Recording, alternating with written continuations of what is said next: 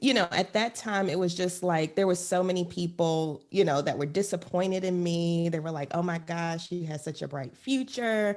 Um, I even was told, oh, you're just going to be flipping burgers for the rest of your life, which granted, there's nothing wrong with flipping burgers if that's what you like. But, I was just told some really crazy stuff. And I was just like, you know what, at the end of the day, I have free will and I have to exercise my free will. I can't let other people, get into my head. And that's kind of the mindset that I've taken throughout the years. Be confident, be bold, be authentic, but don't forget to take action. This is Ordinary to Badass, where our stories empower women to step into the spotlight of their own lives and pursue what they're truly passionate about. It's time to step into the arena and become more than just extraordinary. It's time to become a badass with your host, Marie Sonneman.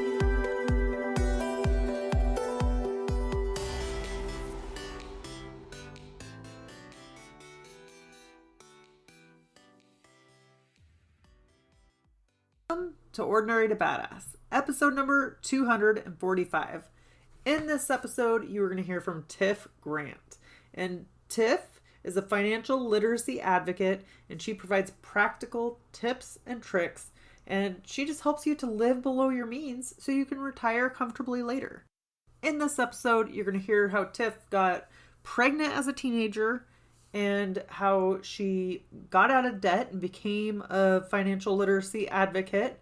And you're also going to hear how she overcame the haters. She ignored what people were saying to her, and people were rude and told her she couldn't do several different things, and how she had the mindset to push past that. So definitely stay tuned. You're not going to want to miss this episode. But first, oh my gosh, let's talk about Ordinary to Badass podcast reviews on iTunes. Shout out to Cowgirl Mimi. She said, much needed. Marie has found an important place in the conversation around women. She's the right person at the right time to bring out the courage and the heart we all have, but don't always know how to use. Bravo. Good stuff. She's a great host. Cowgirl Mimi, thank you so much. So badass. I appreciate you taking the time to head on over to iTunes and leave a review. It is not lost on me that you are busy, have stuff going on, but you went and left a review. So thank you, thank you, thank you. I love it. Super grateful. And if you want to leave a review just like Cowgirl Mimi, then definitely head on over to iTunes, leave a 5-star rating and review. Always grateful. And I want to feature you on the show, of course, because you guys are helping get the word out and helping other badasses to find the show. Okay, let's get to the episode.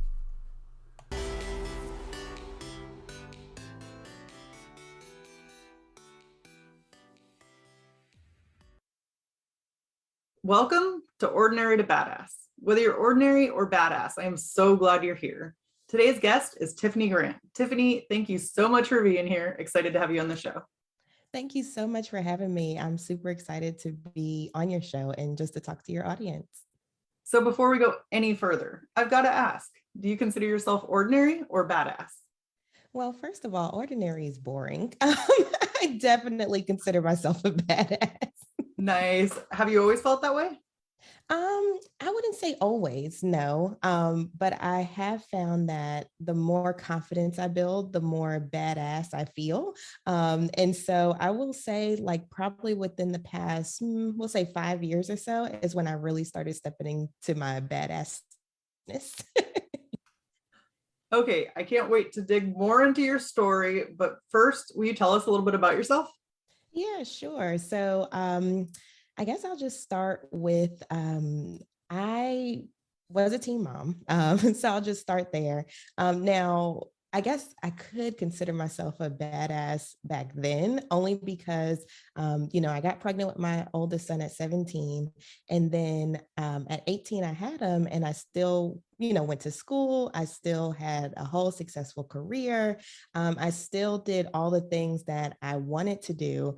And I didn't let that deter me. And at that time, a lot of people were like, oh, Tiffany, you made a big mistake. You'll never do anything with your life, this, that, and the other. And I said, oh, okay, I'll show you. And so I feel like, in life, our badassness kind of ebbs and flows. So I'm like, back then, like I really considered myself a badass. And then I will say, a few years later, I tried to apply for a credit card. And at that time, I want to say I was probably like 20, about 20, 21, and I got denied. And I got denied because they said that I didn't make enough money. And I also had too much medical, too many medical accounts on my credit. And so I was like, well, dang, I don't feel like a badass anymore. Like I thought I was like really rocking this thing. And after getting denied, I said, well, dang, I don't feel like a badass, but I was like, I want to feel like a badass again. So I have to get this in order. I have to get this in line. And so once I did that, like I said, during that time, like after I got the denial, that's what started this trajectory that I'm on now. And I mean, I went hard when I say I was working 2 jobs, going to school full time. I had another son during that time. And I was just like, I have to make this work. I have to do good for my kids, do better for my kids. And then all of the kids that come after them, my grandkids, the great grandkids and things like that. And so I was like, I have to turn this badass back on because I can't go out like this. And so, throughout the years, I ended up graduating with my bachelor's, my master's, had a successful career in HR. And now I'm a full-time entrepreneur doing financial education. So it's like, there were points in time where I didn't feel like a badass, but it's like I always picked myself up by the bootstraps and, hit the ground running and went hard. So that's just a little bit of my story, but I just, that kind of gives you a snapshot of what my life entails. Yeah, I love your story because it's like, it's so human, right? We all have these hardships, these things we face, and we think it's so easy for everybody else. Like, oh, why did they have it so easy? Or somebody might look at you now and be like, oh, why does Tiff have it so easy? And it's like when you see the behind the scenes story, it's like you had to work hard for what you got. And I love that. Absolutely. And that's why I tell people, never judge your chapter 1 to somebody else's chapter 20. Like you don't know what someone has gone through to get to where they are. The best thing you can do is just compete against yourself. Like just be the best person that you can be better than yesterday. That's pretty much the goals that I have. Right. It's like be 1% better than yesterday. It doesn't have to be like some huge, gigantic step, but just improve just a tiny bit every single day. I love that. Mm-hmm. So, Tiffany, take us back to the time where you were 17 years old or 16 years old when you found out that you were pregnant, and how did you feel? And then also, how did you move on? How did you move past what everybody was telling you? Yeah, so I was 17 when I found out. Now, my whole life, I wanted to be a chef, right? That was like my dream. I used to watch the Food Channel all the time.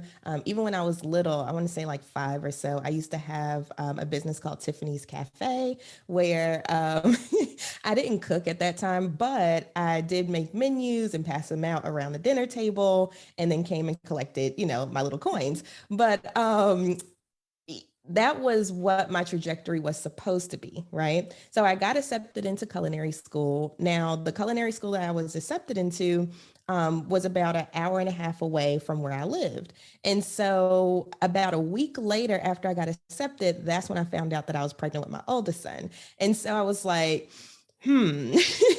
like, I don't think I can move that far away. And so what I decided to do was to enroll in the local community college, which my grades were good enough to get into a university. It was just too late for me to apply anywhere.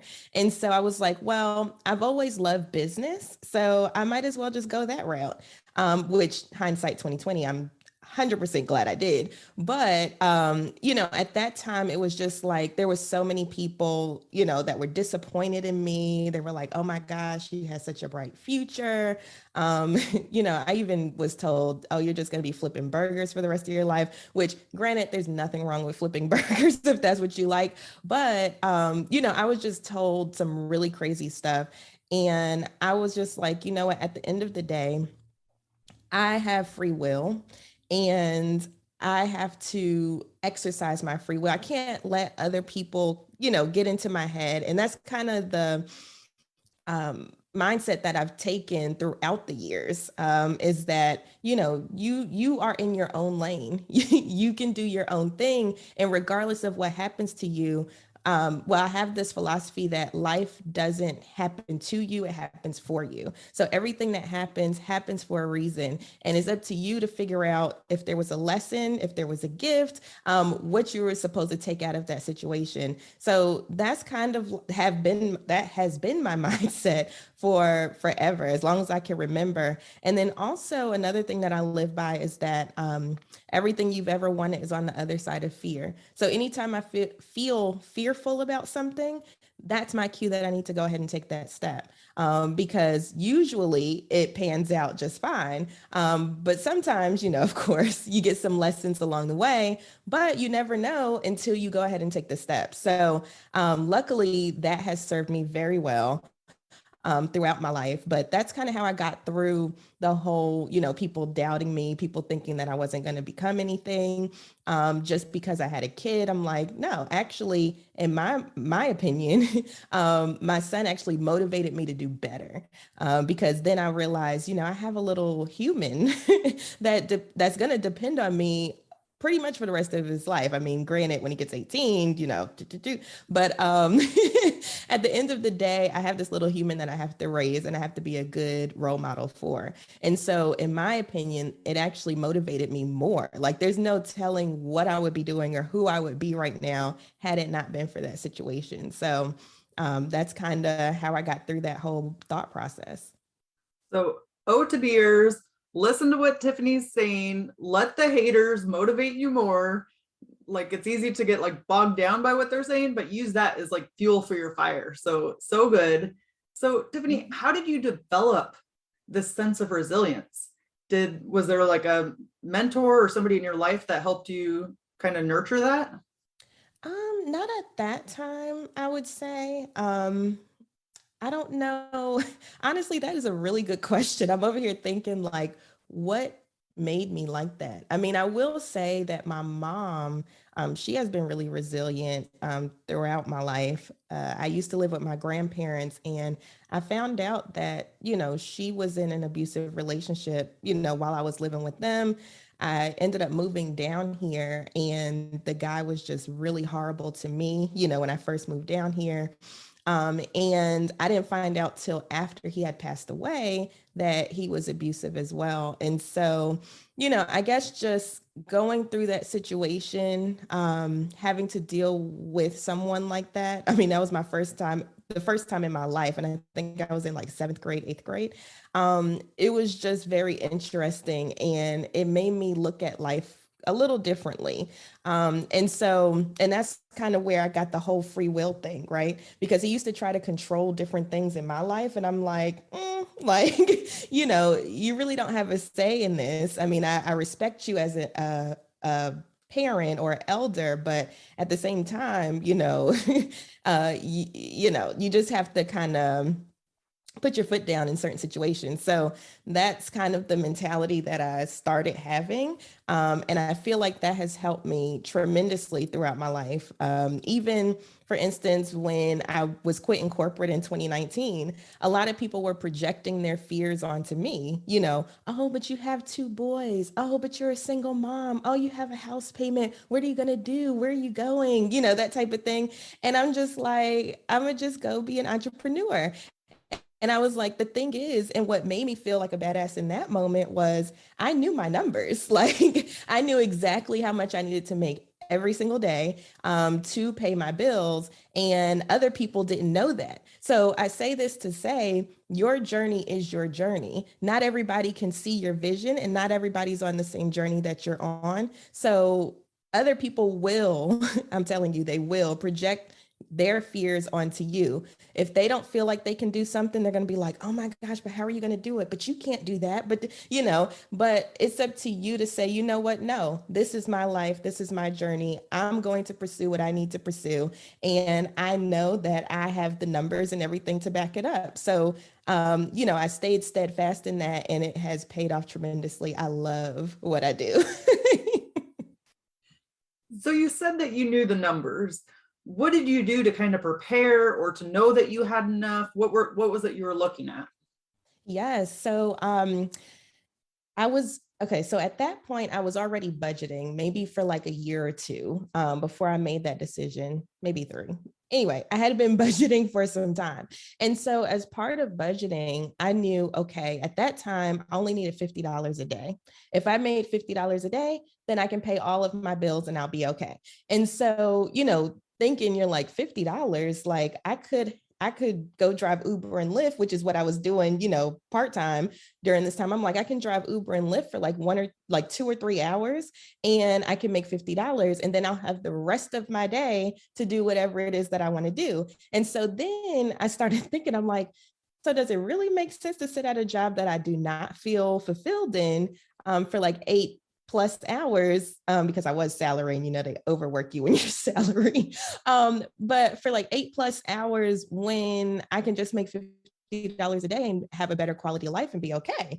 And so I really started thinking about that thing. So to prepare, I went ahead and started saving. So I tell people, use other people's money to fund your passions and to fund your dreams. So by that time, I had already had my business maybe like a couple of years already. I already had clients, I already had money coming in from that. And then also I was saving like a mad woman because I was already on my journey to be debt free by 30. So I had paid off a lot of my debt already. So that's how my number was so low. And then I just started saving. Like, I think when I quit corporate the second time, because there's another story behind that, but when I quit corporate the second time, I had saved up like 4 months of emergency fund, which worked out perfectly for me. The first time I quit corporate, I didn't realize I wasn't quite ready. I'd only saved up like 1 month. And luckily, one of my old jobs found out that I was back on the market, and they were like, oh, can you come back and help? And so that kind of worked out. But when I did it again, I said, okay, Tiffany, you need more than 1 month's worth. That did not work. And so I did about 3 to 4 months worth of, expenses. So that way I knew I could be set. So that way, as I tell people, in entrepreneurship, it's hard. It's very, very hard. You only get out what you put in. And some months it's very variable. Some months you might not make that much. Some months you might make a lot. It's very variable. So in the beginning, I wasn't making as much money as I needed to make my goal of $50 a day. And so I was like, okay, if I can go hard, then maybe in the next 2 months or so, then I'll have enough to actually sustain myself with my business. And so that's kind of where I came up with the 3 to 4 month figure, because I was like, 2 months, I think I can do it, but let me give myself a little bit of a cushion too. Also, I tell people, if they are making the exodus from corporate, always keep your relationships good. And that came into play, with the first time I quit, right? Mm-hmm. Because I always kept a good, I never burned bridges. So I always kept good rapport with all of my old employers. And so luckily, I didn't have to fall flat on my face. I fell a little bit, but then I was able to go back to one of my older employers. So I tell people to do that as well, just as a just in case plan B. But it was very interesting at first. But once you start getting your feel, then you can, kind of make a little bit more money and self-sustain. So what sparked this passion for financial literacy, and why should it be important to people? So Honestly, I feel like I've always liked money. And I don't mean that like, I just love spending, I'm a gold digger and all that stuff. No. I just always love saving money, actually. So like, I remember being really little, and I don't know if you remember when they had like the coupon things you could pull in the grocery stores. I used to always grab the coupons when they used to send the coupons in the mail where you can cut them out and stuff. I used to always sit there and cut those out. And I just always loved saving money. So at that point, and then also, I've always had businesses, like different businesses throughout the years. And so for me, I think just immersing myself in, learning as much as I could about money. Like when I was, let's say, after I was pregnant with my son, it might've been after I had my son. So maybe when I was 18, I started reading Money Magazine, Kiplinger Magazine, listening to podcasts, reading blogs, all types of stuff, whatever I could do. Oh, and I used to love Susie Orman. But anything I could do to just immerse myself in learning more about it. And then once I did that, I realized how much people don't know, right? I was just like, I was the go-to person that everybody would come to, even my own family, like, Tiffany, what do you think about this? Tiffany, what do you think about that? Do you think I should do this? Do you think I should do that? And so I was like, if one person has this question, then it's probably hundreds of people that have this question.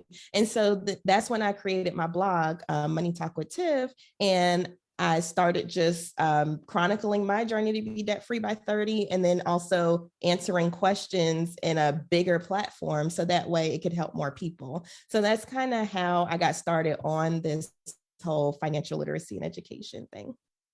Yeah, it seems like a lot of people grow up and their parents don't teach them about money. It doesn't matter if they have wealthy parents or if you come from like a poor income household. It's like kids just aren't taught about money. So what is a question that most of your clients ask you, or something they don't know? And then what do you tell them? There's so many. Because the issue is we're not taught any of this in school. And like you said, our parents generally don't talk about this stuff to us either. Like, as a child, at least in my household, nobody talked about anything money, like not how much was coming in, not how much was going out. It was just like, you ask for what you want. Maybe you can get it, maybe you can't. And that was that.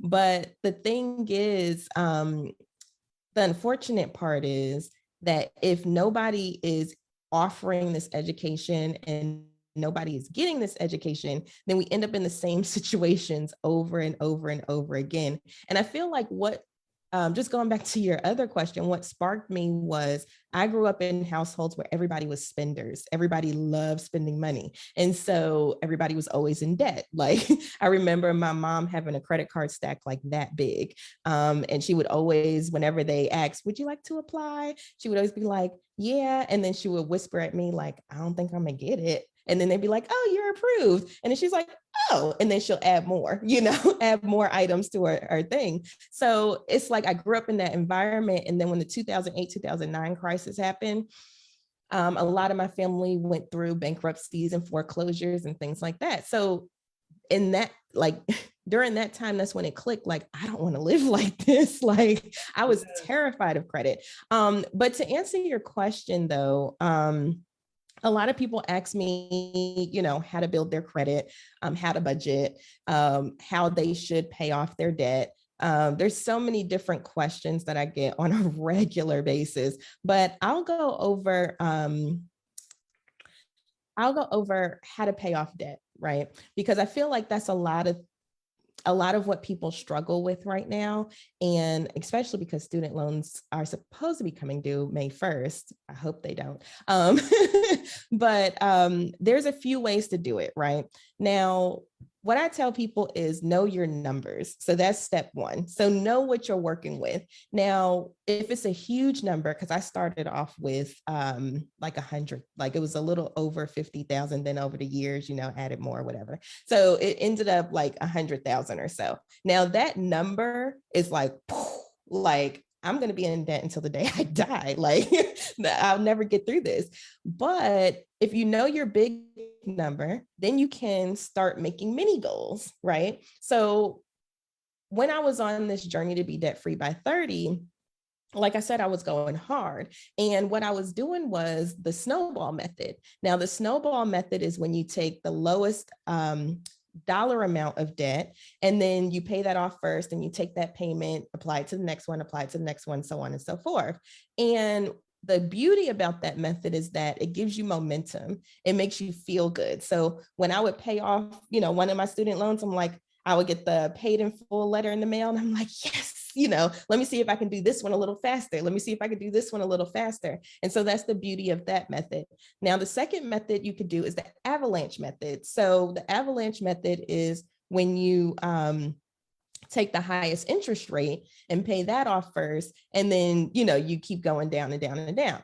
Now, the beauty of that one is you save more money, but it could feel like, let's say, for instance, if you have a credit card and you owe $5,000 and it's the highest interest rate, you may be paying on that one for a while. So for some people, because money is psychological, for some people, they might be like, oh my gosh, like I feel like I've been paying on this forever. And so there's positives and negatives to each way. But those are the main two ways that you can do it. Now, I introduce a third way, right? And so the third way is a combination of both. So just depending on your situation and depending where you are with your debt and the type of debt, I usually do a combination of both. So with mine, for instance, I started off with the snowball method because all of my debt was student loans. Then when I started having credit card debt, those interest rates were a little higher. So I was like, okay, let me pause on the student loans because those interest rates were low. And then let me move to the credit cards and then try to pay those down first. Pay those down next. Now, the reason I say that is because, yes, I was interested in saving money. I already had the momentum going from when I did the snowball method. So I just took that momentum and I'm like, it's possible because I've been doing it. And then I just applied that to the avalanche method. So that's why I say, you could do one or the other, or you could do a combination of both, depending on what you're trying to tackle. But I will say, I actually looked in my app that I use, Debt Payoff Planner, but I looked in the app and boom, it said I had paid off $50,000 in debt. And I'm like, whoa, like I really did this. And that's why I also tell people, make sure you keep track. Make sure you keep track of what you've paid off, how much you've paid, because it's those moments when you get that, oh, I did this. And then it gives you more momentum to keep going. So just to sum that up, my big 3 tips are to know your numbers, break down big numbers into smaller numbers, and then keep track of everything. So that way you can keep that momentum going, and then use one of the payoff methods or both. So what is something people struggle with most in regards to creating a budget? Sticking with it. I want to say that is probably the biggest challenge people have, is actually sticking to it. And when I say sticking to it, I mean like tracking, your expenses, because a lot of people, even if they get to the step of, oh, I created it, which that is a huge step. A lot of people don't even get that far. Then it's like it's created, but you never look at it again, right? And so, and then at that point, it's like there was really no point in creating it. So I tell people, when you're budgeting, it's important to track your expenses. It's important to create it, and it's important to analyze your spending. So if you don't have those 3 components, every time you make a budget, then it's going to be hard to make any progress on any of your goals. So, like I said, one of the main issues is sticking with it. Now, I have a few tips for that.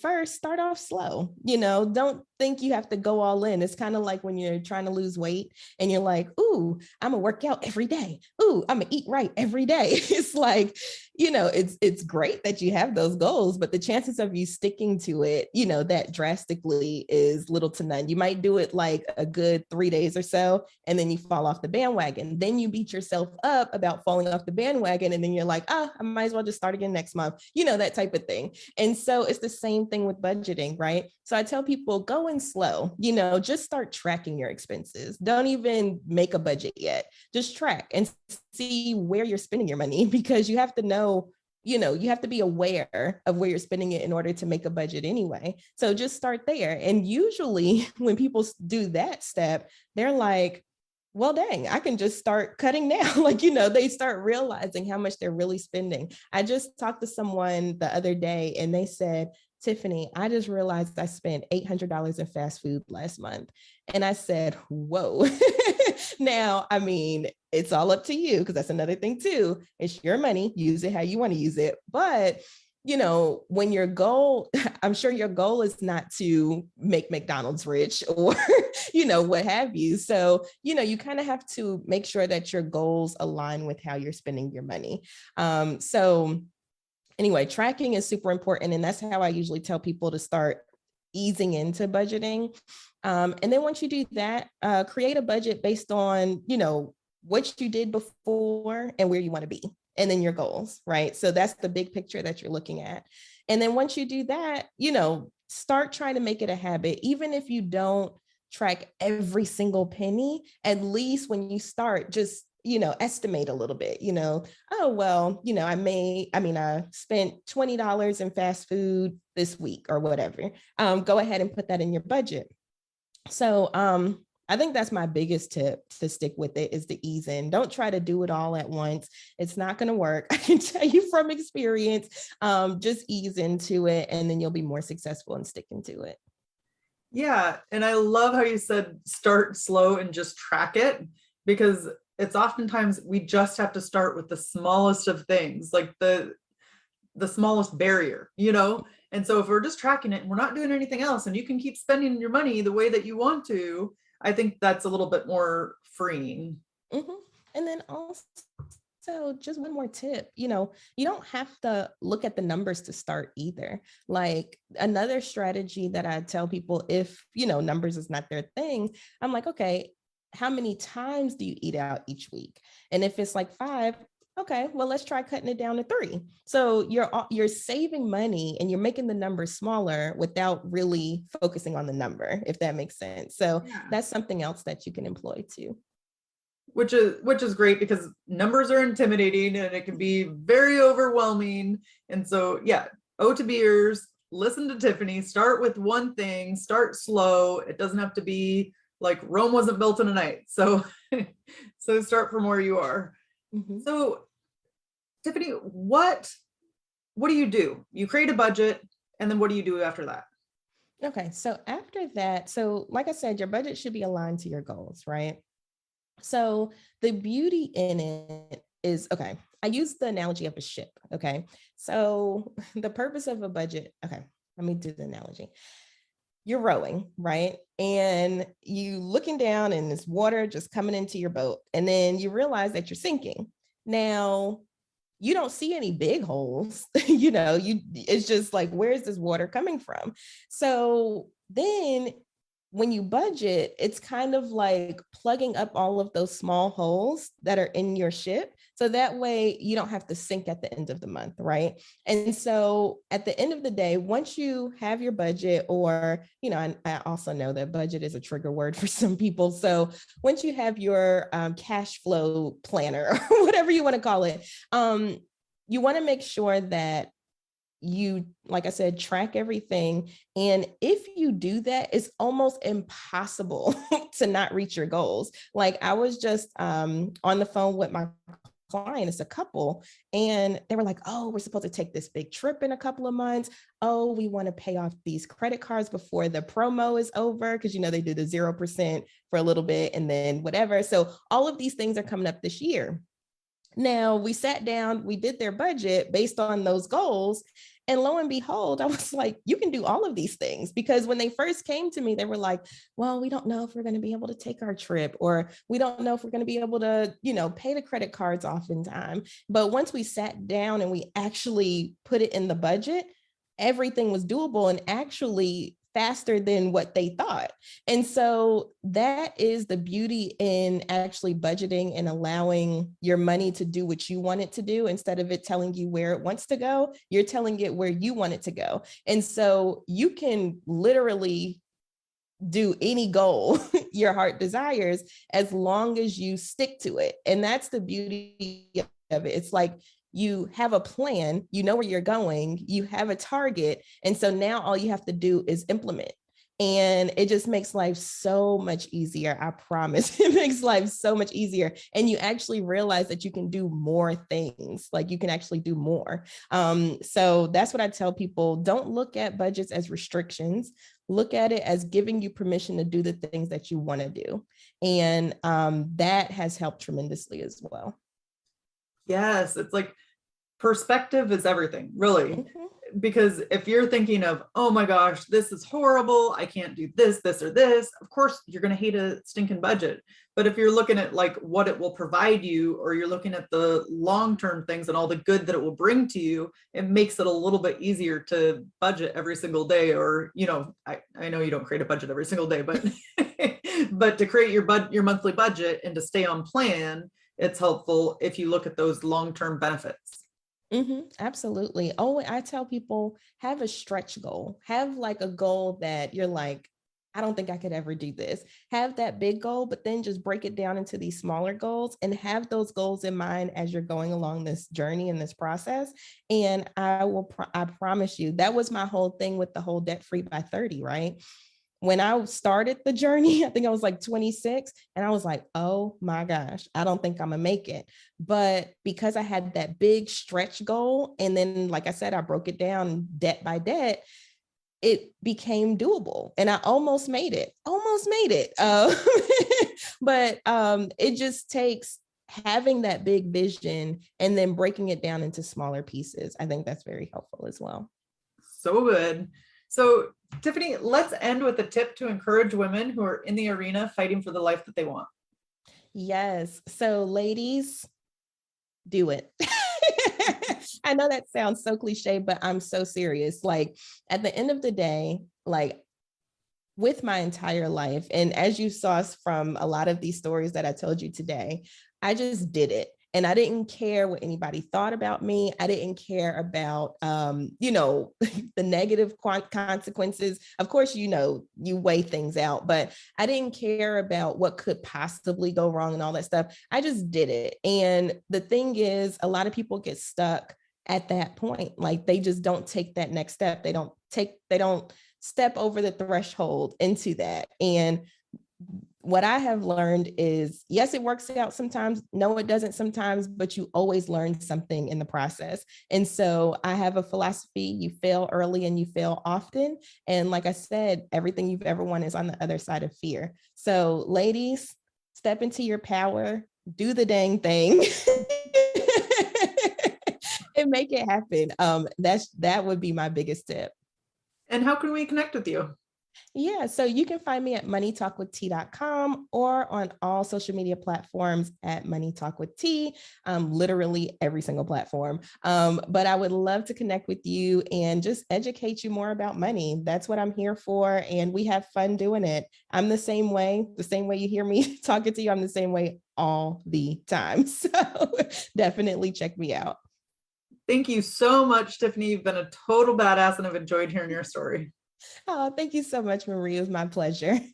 And with that, we'll end our show. To all the badass women up there staying in the arena, wherever you are, whatever you're doing, own it and get after it. Okay, I'm sure you loved the episode with Tiff, so let's get to the nitty gritty and the 5 takeaways from the episode. Number 1, you have free will and can exercise it. Don't let other people get into your head. Number 2, don't judge your chapter 1 to someone else's chapter 20. You don't know what someone else has gone through to get to where they are. The best thing to do is compete against yourself. Number 2. Number 3, life doesn't happen to you, it happens for you. It's up to you to figure out if it is a lesson, a gift, or what you're supposed to take out of the situation. Number 4, your journey is your journey. Not everybody can see your vision, and not everybody is on the same journey as you are. Last, number 5, know your numbers. Break down the big numbers into smaller numbers and keep track of everything. Again, if you love this episode, head on over to iTunes and leave a 5-star rating and review so other badasses just like you can find the show. And with that, I'll talk to you on Thursday. Peace out.